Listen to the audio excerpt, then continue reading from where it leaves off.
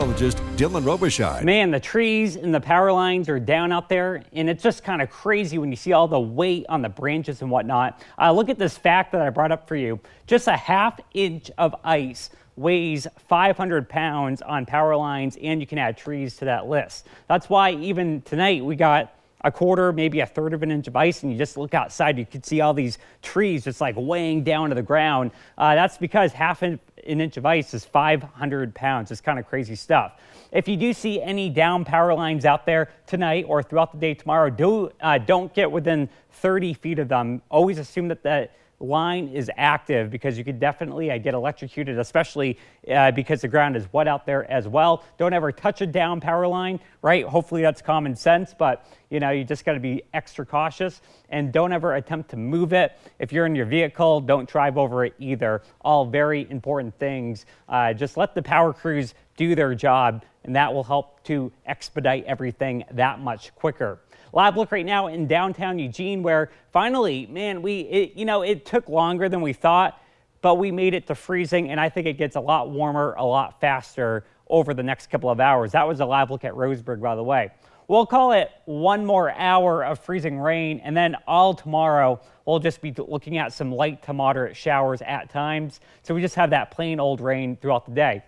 Right now, though, we're sitting much warmer along the coast. Look at that, 52 in North Bend, 51, though, in Myrtle Point. And finally, we are warming up. And as we go throughout the next few hours, you'll notice that by midnight, the model shows that we should be around 34, warming up to 44 degrees towards 3 o'clock in the morning.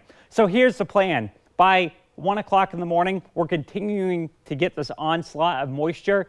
We get a few gaps in the precipitation, but I would bank my money on a very wet day tomorrow. 10 o'clock, lunchtime, 1 p.m. Again, tracking a lot of active weather throughout your Wednesday.